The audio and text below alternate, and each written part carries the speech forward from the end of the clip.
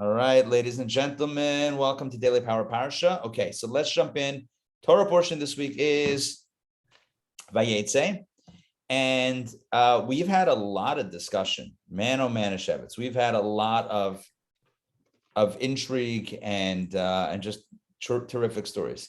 So just to recap, the first few days of the Torah portion study, we spoke about Yaakov's departure from his home, from his homeland, from the Holy Land, from the Promised Land, going to Haran. He stops to lie down. He has a dream. He sees angels going up and down a ladder. God appears to him and blesses him, and he makes a deal with God, asking for protection. He goes on his way. He arrives at a well in Haran or near Haran. He sees the shepherds, and he sees this young girl, and that's Rachel, the daughter of his uncle, in other words, his cousin, and he falls in love with her, and ultimately he works for her to earn her hand in marriage. He works for her dad, his uncle, 7 years. At the wedding, the old switcheroo happens. Instead of Rachel, it's Leah, and he's with Leah, and he only realizes in the morning he's with Leah. Anyway, long story short, he goes to his father-in-law, says, "You tricked me. All right, we don't give the younger daughter before the older daughter. So you can also marry her. You have to work for another 7 years." And that is the deal. Now, he doesn't wait 7 years to marry Rachel. He marries her after 7 days, but then has to pay it off with 7 years of additional work. We also read about the beginnings of the birth of the 12 tribes. Leah gets pregnant. Rachel does not get pregnant. Rachel gives Jacob her handmaid, Bilhah. Bilhah gets pregnant, has a few kids. Then Leah gives her handmaid Zilpah. She has a few kids with Jacob, so it's 4, 2, and 2.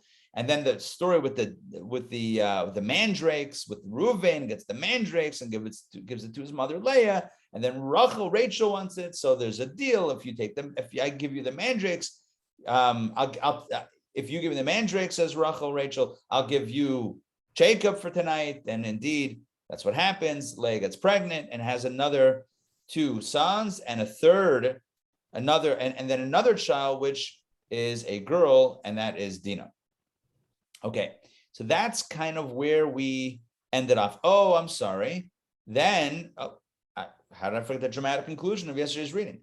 The dramatic conclusion was that Rachel finally gets pregnant and gives birth to a son, and the son's name is Yosef or Joseph.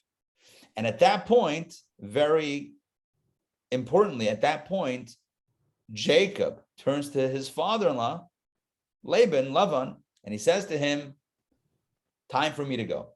It's time to go. I'm ready. I'm ready to head back." Now, why is this? So what I want to do is share my screen with you. I'm going to toggle Rashi. This is from yesterday. So take a look. So what triggers Jacob's desire to leave suddenly when Joseph is born? This is verse 25 from the reading that we read yesterday. Take a look. When the adversary of Esau was born, as it is said in Obadiah, and the house of Jacob shall be fire, and the house of Joseph a flame, and the house of Esau shall become stubble. Fire without a flame does not burn anything a distance away. As soon as Joseph was born, look at this. As soon as Joseph was born, Jacob trusted in the Holy One, blessed be He, and desired to return to Canaan. In other words, when Joseph is born, Jacob, the father, feels like he's ready to take on his brother. Does that make sense? Until Joseph is born, Jacob is still apprehensive. Remember, he left years earlier because his brother wanted to kill him after he took the blessings. So he knows his brother has his head, has his picture on wanted posters around the house, around the neighborhood. So he's afraid to go. When Joseph is born, ready to go. Why Joseph? So again, you could say because he was his beloved Rachel's son. Okay, but Joseph represents the spiritual energy of being able to deal with the Labans of the world. Let me explain. What do we know about Joseph as he matures and gets older? What happened? What's the Joseph story, right? His brothers kidnap him. They sell him as a slave. He ends up in Egypt. He ends up doing well in Egypt as a slave. Then he ends up being framed for a crime he didn't commit, thrown in prison, does well in prison, relatively speaking, eventually gets out of prison, becomes second in command to Pharaoh. Here's a guy, Joseph, who knew how to deal. He knew how to play. He knew how to engage with the Egyptians and the Potiphars and the pharaohs. He was able to handle all of these people. The room was never too big for him. It was never too small for him either, right? He was always able to adapt and to work. When Joseph is born, Jacob senses the right energy. I have the right spiritual power. We have the right composition to head back home and take on Esau. So that's why he goes to Laban. His father-in-law and says, time for me to go. I hope this makes sense. In other words, Joseph represents the Jew, if you will, who's able to walk in the halls with kings and prime ministers and presidents, able to roam the halls of the UN and not get intimidated, to roam the halls of the White House, not get intimidated, to be able to be an influencer and never be influenced. That was Joseph. We call him Yosef HaTzadik, Joseph, the righteous one. By no one else in the Torah do we call them HaTzadik, the righteous one. Even though they were all tzaddikim, not all, but even though the patriarchs, right, matriarchs, they were all tzaddikim, righteous people, none of them are called tzaddikim. None of them are called HaTzadik, HaTzadik, except for Joseph. We don't call Abraham HaTzadik. We don't say Avram Avinu, Abraham, our forefather. Yitzchak, again, we don't use that term HaTzadik. We don't even say that about Moses. Moshe HaTzadik. We say Moshe Rabbeinu, Moses our teacher. It's only with Joseph, that we use the adjective HaTzadik, the righteous one. Why? And indeed, he lived the most tumultuous life of all of them. HaTzadik. HaTzadik means no matter what context you're in, no matter what situation you're put in, you can withstand the challenge. The room, the context is never bigger than you. You're always able to handle it and able to take it on. So this is the significance of Yosef's birth, triggering Jacob, his father's desire to head back home. He's now confident he can take on Esau and not have a problem. Okay. Can you put that in Hebrew in the chat, please? Oh, yeah, for sure. Yeah, give me a second. It's a great idea. And he's your favorite. I mean, he is, right? You've told us that before. Yosef HaTzadik. Oh, okay. Gotcha. Joseph was the only one called a tzaddik. Yeah. Well, I mean, look, it's not like the Torah uses these phrases, but I'm saying in the way we talk about the biblical characters, we don't put HaTzadik after any of the biblical figures. Adam HaTzadik, nope. Noah HaTzadik, nope. Avram, Yitzchak, Yaakov, Moshe, Aaron, no one. The only one that we call HaTzadik is Yosef HaTzadik. That's what he's known. Where's the origin of that? You're not going to find it in a verse. It's just the way he's known. Like Moshe Rabbeinu, right? It's Moshe's our teacher. He's our Rabbi. He taught us Torah. So it's Moshe Rabbeinu. Avram Avinu, Abraham, our father, our patriarch. But Yosef is Yosef HaTzadik. The righteous one, you said. The righteous one. Yeah, tzaddik, HaTzadik, the righteous one. Tzaddik, right. The tzaddik. Because he was more like an ambassador too, right? Ambassador. Because the others were more internal. He was a righteous person even while roaming the halls of Pharaoh, even while dealing with the economy and the food supply of Egypt. He was a tzaddik even when in a dungeon, even when in a pit, even when working as a slave to Potiphar the butcher in Egypt. He was a tzaddik. A tzaddik means you rise. And that's our goal for everybody, to put the spiritual in the secular or the mundane. Exactly. Yeah. That's the goal. He's the persona. He is, of all the biblical figures, I mean, they were all like larger than life. Yosef represents a symbolic of the relatable. Again, he's a tzaddik, right? So not relatable, like, yeah, he has his challenges like you and I, but he's a guy that dealt with a lot of stuff and always comes out where he needs to be. And that's why Yaakov, again, just in the context there, Yaakov knows, his father Jacob knows that when he's born, when Joseph is born, he's able to head back. Okay, so now it's not going to be so easy, because he asked his father-in-law for permission. He asked him for some consent. Is it okay if I leave? Well, as you'll see, the answer is not exactly, because as we started saying yesterday, Yaakov brought with him a lot of blessing to Lavan's household, which is how we ended yesterday's reading, where Laban says to Jacob, if only I have now found favor in your eyes, like, do me a favor, because I have divined and the Lord has blessed me for your sake. I have divined, meaning, I've checked it out, and according to my calculations, the reason why I'm so successful is because of you, which is going to lead to the next part of the conversation, which is, let's negotiate you staying here for a little longer. So here we go. This is how we start Genesis chapter 30, verse 28.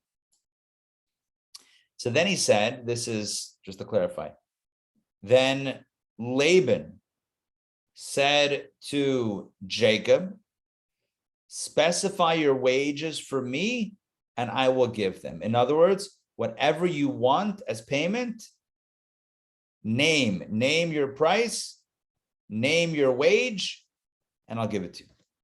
It's like the price line of contract negotiations, right? Name your own price, name your own wage, tell me what you want, and I'll give it to you. That's how desperate. Talk about leverage in negotiation. Yaakov here had all the leverage. Jacob had all the leverage. Yeah, he wants to leave. His father-in-law wants him to stay. All right. So if you want him to stay, what are you going to give him? So he says, whatever you want. Tell me what you want, and I'll give it to you. And he said to him, this is now Jacob back to his father-in-law, you know how I have worked for you and how your livestock was with me. So you know my dedication, and you know how I've taken care of your livestock. For the little that you had before me has increased in multitude. You gave me a few animals, and look, what's the goal of a shepherd? This is coming from someone without any experience in shepherding or any real research in shepherding. But if I had to guess, what's the goal in shepherding? The goal is make sure the animals don't get attacked by wild animals, and that your animals, your flock, doesn't die of hunger or thirst. Make sure they're healthy and strong, etc. Okay, so in other words, if you go out with 50 animals, 100 animals, come back with the same amount of animals. That's the goal. Well, Jacob not only brought back the animals that he took out every day, the animals increased. They were growing leaps and bounds. So again, the little that you had before me, that you given me, has increased in multitude. And the Lord, says Jacob, the Lord blessed you upon my arrival.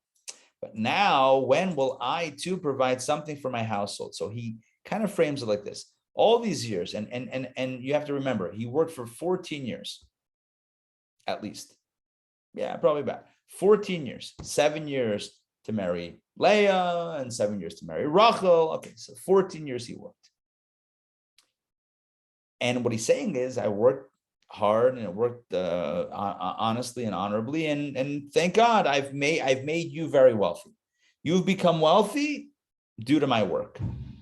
But now, when will I provide something for my household? When am I going to start amassing my own wealth, my own possessions? So Laban said, okay, I hear you. So what should I give you? And Jacob said, here we go. Here's Jacob's strategy. He says, you shall give me nothing. Don't give me anything. But if you do this thing for me, I will return. I will pasture your flocks and I will watch them. In other words, I'm not expecting you to give me anything. I just want the opportunity to do something. Does that make sense? In other words, I don't want a handout from you. I want the opportunity, the space to be successful. Okay, so that's what he said. Don't give me anything. You should give me nothing. But if you do this thing for me, if you agree to this, then I will return and pasture your flocks. So I'm in if you do this. What's this? What's the deal? Here we go. Jacob continues. I will pass throughout all your flocks today, removing from there every speckled and spotted kid, and every brown lamb among the sheep, and every spotted and speckled one from among the goats. And this shall be my wages.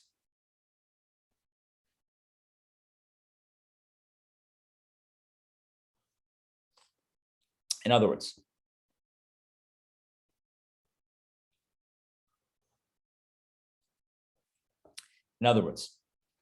what Jacob is saying is get rid of all of the animals that are not perfectly white.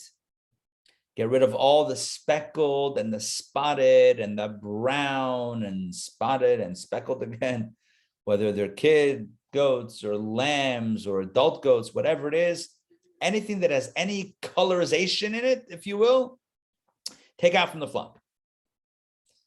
Let's continue. We're not done yet.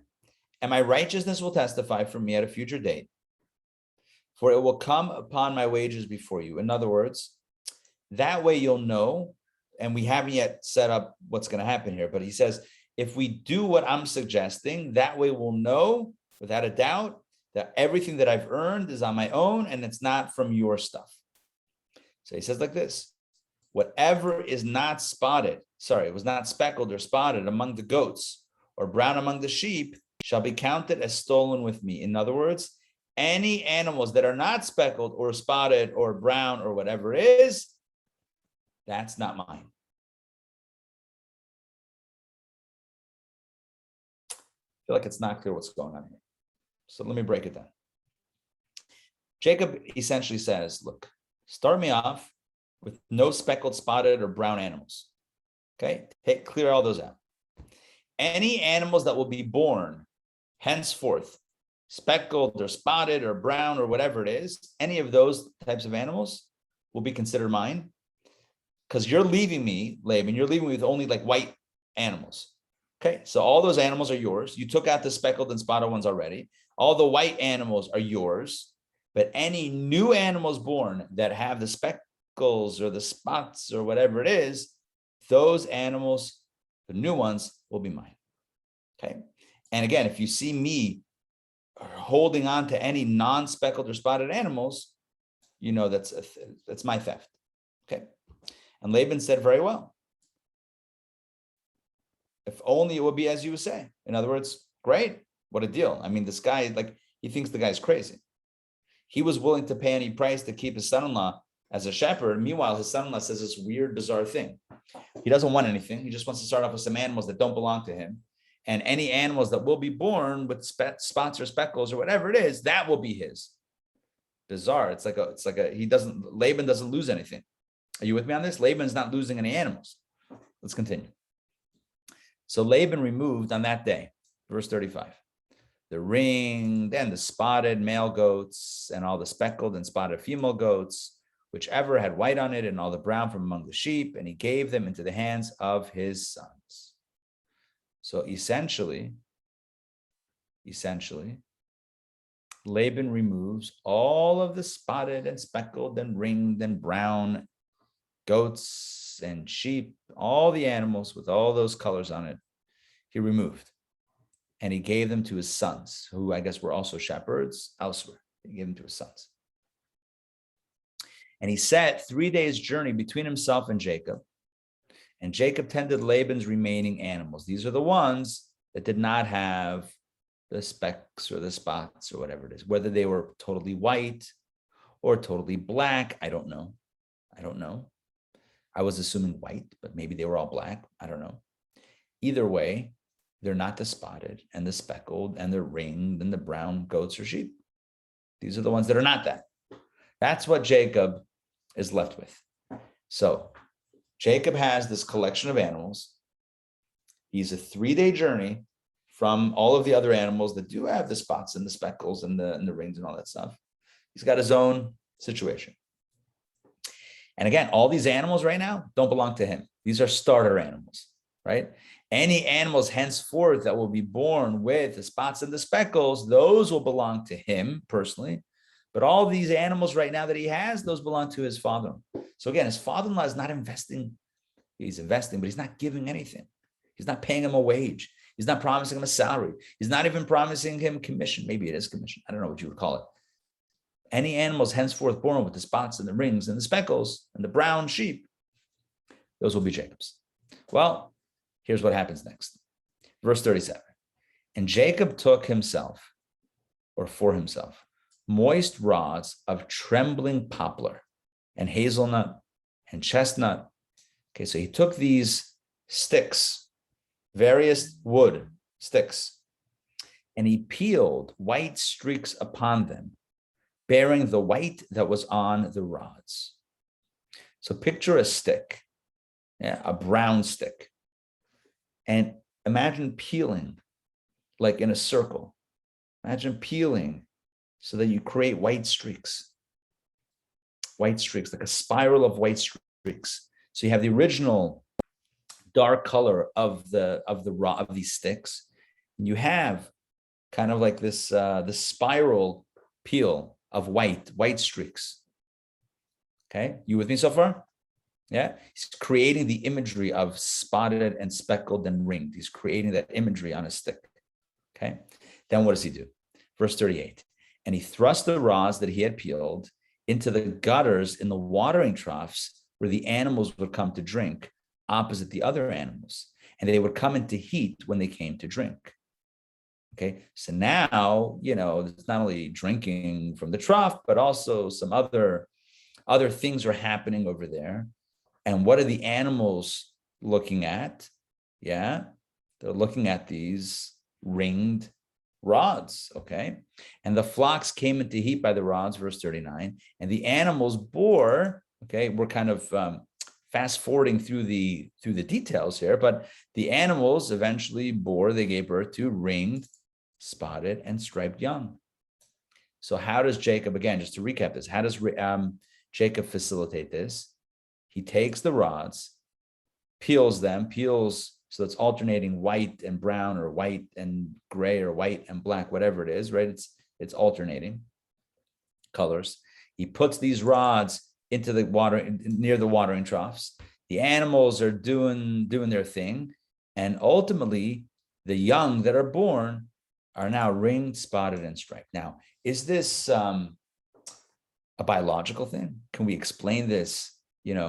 Can we explain this on a physical, biological, scientific level? That if an animal looks at, ringed wood, it's going to bear an offspring that's likewise ringed, spotted, or striped? Is that a thing? I have no idea. Is it a miracle? I don't know. I don't know if it's a miracle, or if it's science, or if it was science then, but it's not now. I have no idea. It would be interesting to look this up and see if there's any commentaries or modern commentaries that try to reconcile this on some level scientifically. Or we could just say it's a miracle. Jacob had to do his thing. So he had to do his due diligence, not do that. He had to, put in the effort on his part, but it's a miracle. Either way, this is how animals that are not ringed, spotted, or striped are giving birth to children that are ringed, spotted, and striped. Make sense? I thought of something different when I read this. The chestnuts. Yeah. You know how I'm. I mention at this time of year how the Christmas songs were composed by Jews. I know, sure. And one of the songs is chestnuts roasting on an open fire. So there you go. In this case, it was chestnut wood being peeled by a watering trough to help the animals give birth to animals that would belong to Jacob. Talk about an old twist, or a new twist on an old favorite. Anyway, right, but chestnuts certainly is a theme of the season, at least for some. So I'll share with you what it says in Kabbalah and other sources. It says that by Jacob peeling the sticks, it was like he was putting on tefillin. You know what tefillin looks like? Straps of tefillin alternates, right? You have straps. When you wrap the straps, you have alternating colors, right? The straps on the arms. So, that's kind of looks the way the sticks looked when they were being peeled, or when they were peeled. And so this evokes a similar type of experience. And it says that Jacob put on tefillin, so to speak, with these sticks. What does that mean? What was the meditation? I don't know if I have that information to share, but I don't know if that I can tell you specifically what that is, but that's what it says. That Jacob's act of tefillin didn't necessarily involve black leather boxes and straps like we have it, but he was peeling these sticks of wood. So let's continue. Jacob now separated the sheep. So now he had the original sheep and goats that he got from his father-in-law that were not speckled, striped, or ring or brown. And he got the new offspring that did have all these colors and features to them. So he now separated the sheep. And he turned the faces of the animals toward the ringed ones and every brown one among Laban's animals. And he made himself flocks by himself, and he did not place them with Laban's animals. Basically, he made sure that all the spotted and speckled and brown ones should be together and procreate together. And that way, ensuring that more and more spotted and speckled animals or ringed animals would be born. And it came to pass that whenever the animals that were bearing their first would come into heat, Jacob would place the rods and the troughs before the eyes of the animals. Yeah, clearly the animals were looking at these sticks in order to bring them into heat by means of the rods. Now, this is a little bit of another twist. They got not that when they were in heat and doing their thing, they were looking at the sticks. No, the sticks, the rods actually brought them into heat somehow. Again, seems like we're bordering on the miraculous. Let's see if there's a commentary that we can see. No. Okay. All right. Rashi doesn't explain this. Maybe we'll have to look elsewhere another time. Let's continue. But if the animals would delay, he would not place them. In other words, the animals, I guess there were different seasons of mating and all that stuff. So the healthier ones would mate earlier in the season, and the less healthy ones would mate later in the season. So the animals that would delay, he would not place the rods because he didn't want the offspring of those animals that were only mating later in the season.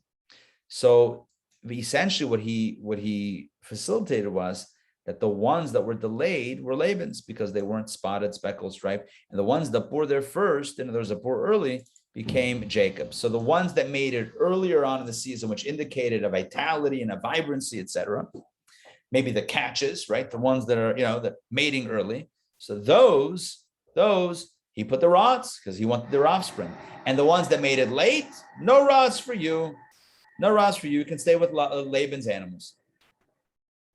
In this way, the Torah tells us, the man, meaning Jacob, Yaakov.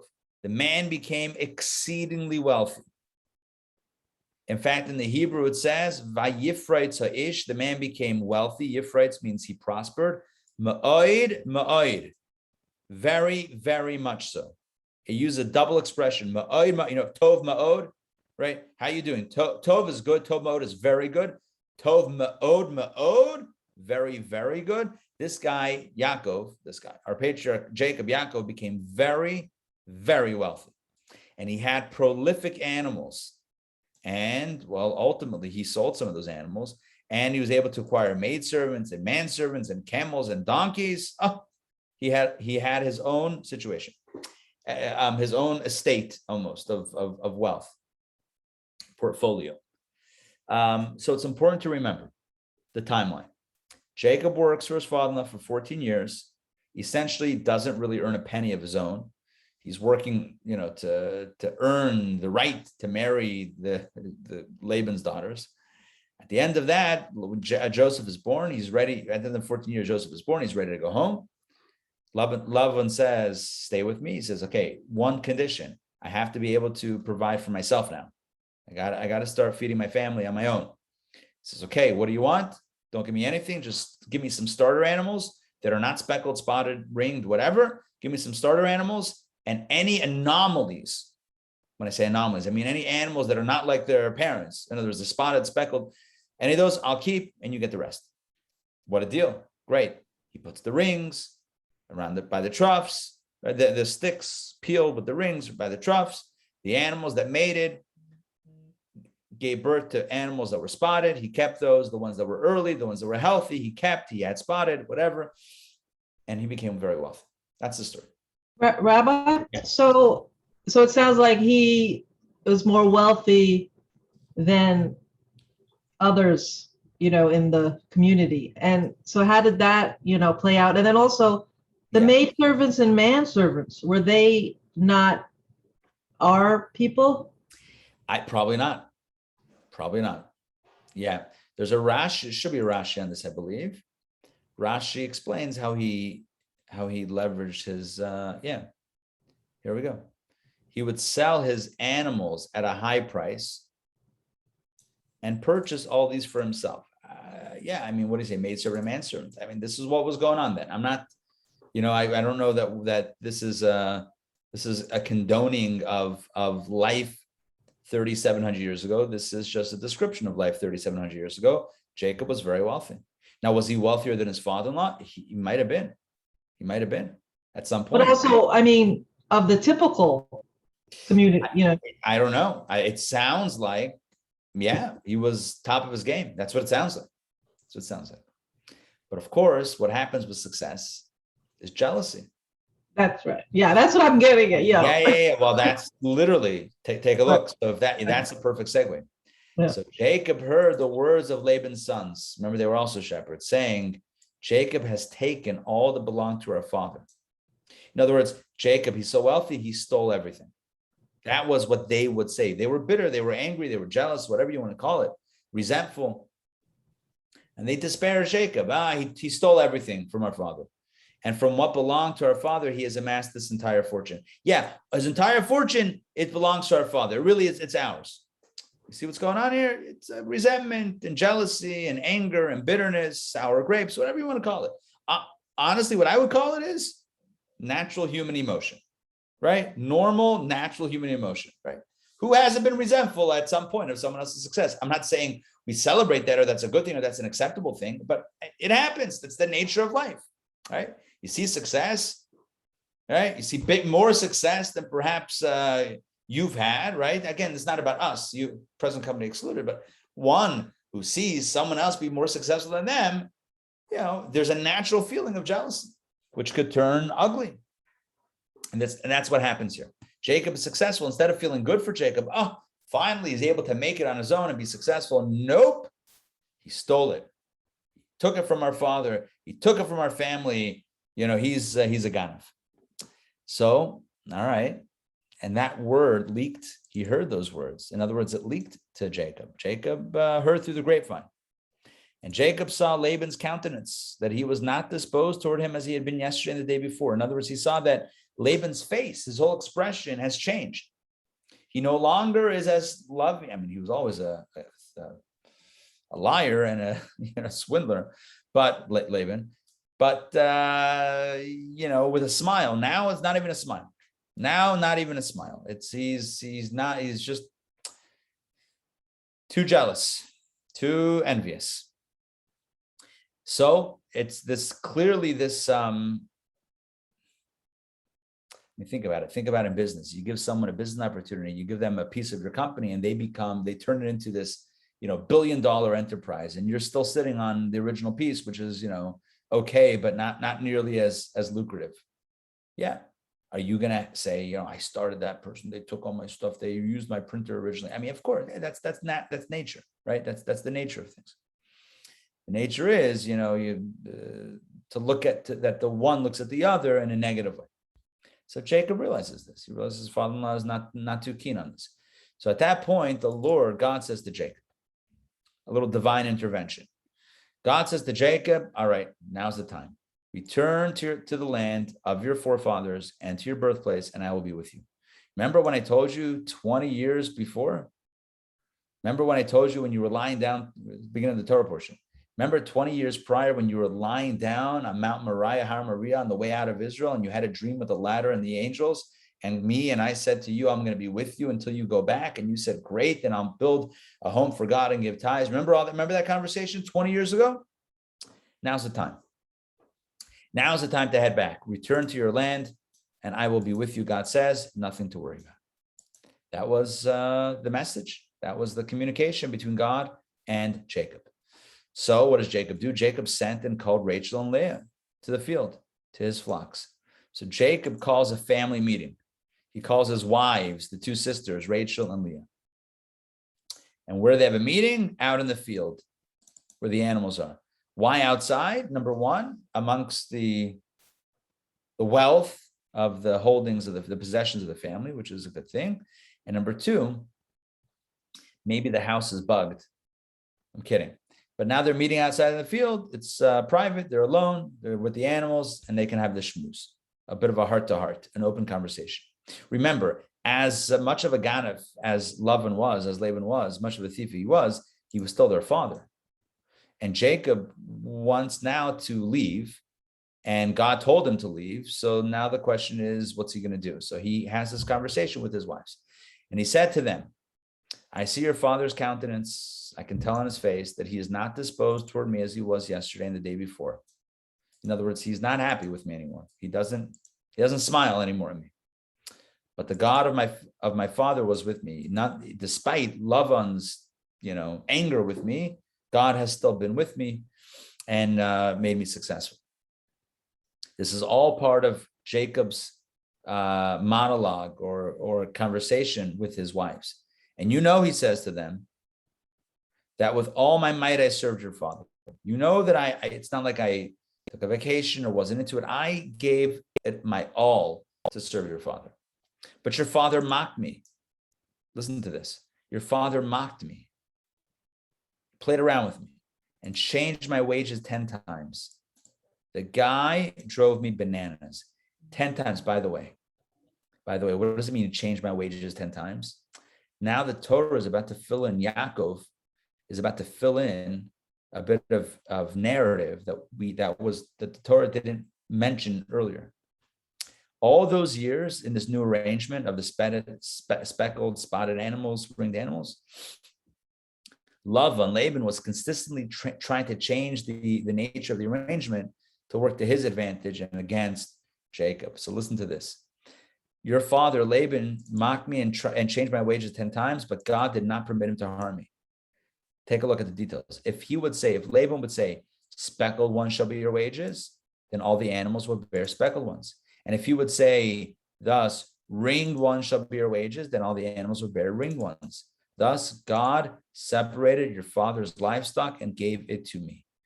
In other words, this was a miracle. It was from God. God decided. God took from your father's livestock and gave it to me. Now, it's not even took from the father's livestock. These are the new animals that were born. It was Laban, the animals that Laban had contributed didn't go anywhere.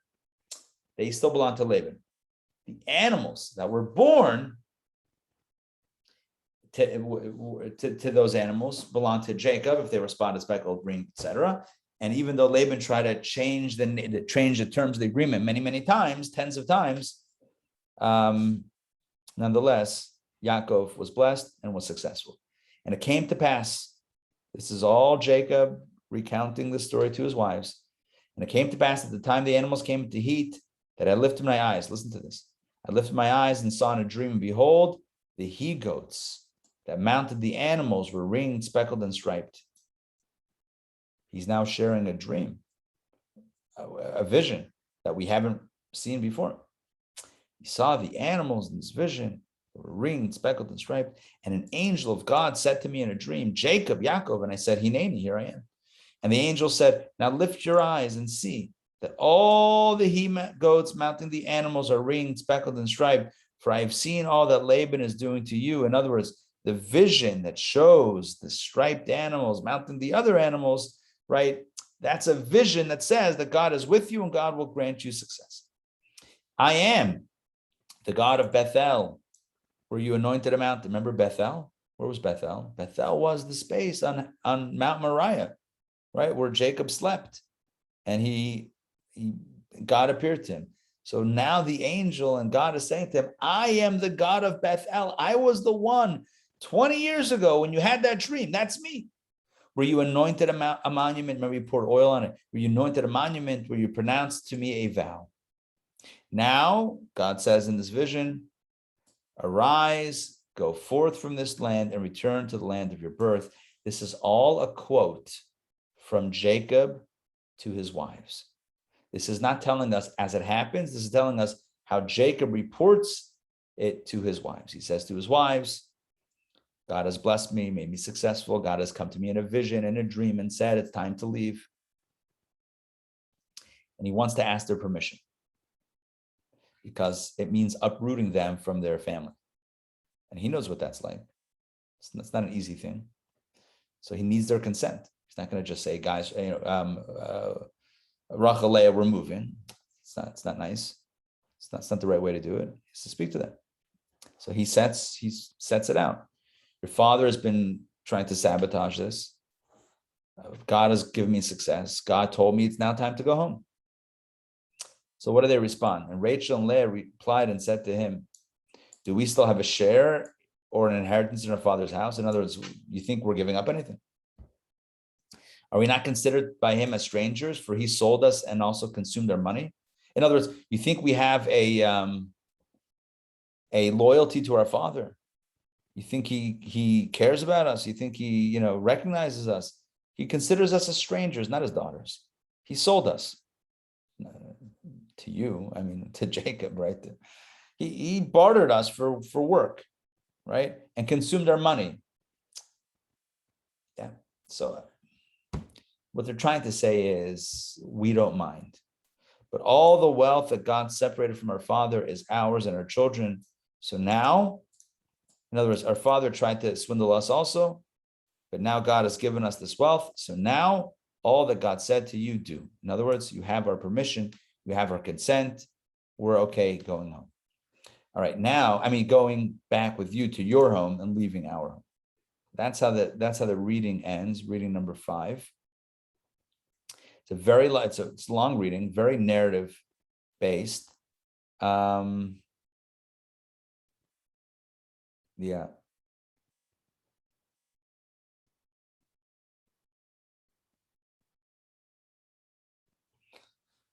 Powerful. Our father considers us like a stranger. What does that mean? Even at a time when people usually give a dowry to their daughters, but usually, at least back in the day, people would give a dowry to their daughters to bring into the marriage. They would give their daughters money. What did he do? What did Lavan do to his daughters? He behaved toward us as one behaves toward strangers. For he sold us to you, for you served him 14 years. And he gave us to you only as wages for labor. In other words, he didn't give a dowry. He didn't give money. He didn't give support. He took your work and he took your wages, right? He kept the wages for your labor. They were not Lavan fans. They were not fans of their dad. I'm sure they respected him and honored him, but they knew the score. Okay, let me stop here for a moment and check in. Questions, comments on the narrative?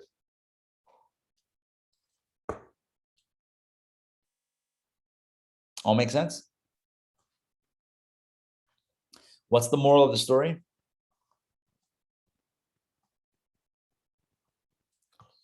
The moral of the story, trust in God. That's always a good one, right? Trust in God.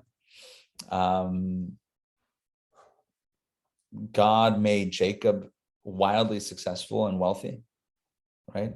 In a very unconventional fashion. So believe in God. God can pull that off. Yeah. A lot of good themes over here. A lot of good narrative. Okay. Rabbi, I also kind of, the abundance of the animals, right? And the miraculous way of the genetics. I don't know, it kind of, in a certain sense, it kind of has, mirrors like the miracles, right, of all these children in all these years and all these ages when, the women had difficulties. So, I mean, so Right. that's kind of miraculous. Yeah, it's as an well. interesting, you're right. It's an interesting contrast, right? So like Rachel is struggling to have children, and yeah, there's like all these challenges, at least in some, and then these animals are just abundance. It's I mean, ultimately Jacob does end up with 12 sons and a daughter. So certainly he's got a full mishpacha also. But yeah, it is interesting to, all of these storylines kind of colliding. Well, because it's difficult to reconcile, all the difficult pregnancies and then how they successfully realize in the Torah, whereas not necessarily today. But I mean, by juxtaposing the miraculous nature of all the, reproduction from everywhere, that Right. might be a way to understand it. Yeah. Definitely was a miraculous situation that we're reading about now with these animals, with the striped and the speckled and the spotted and all that stuff.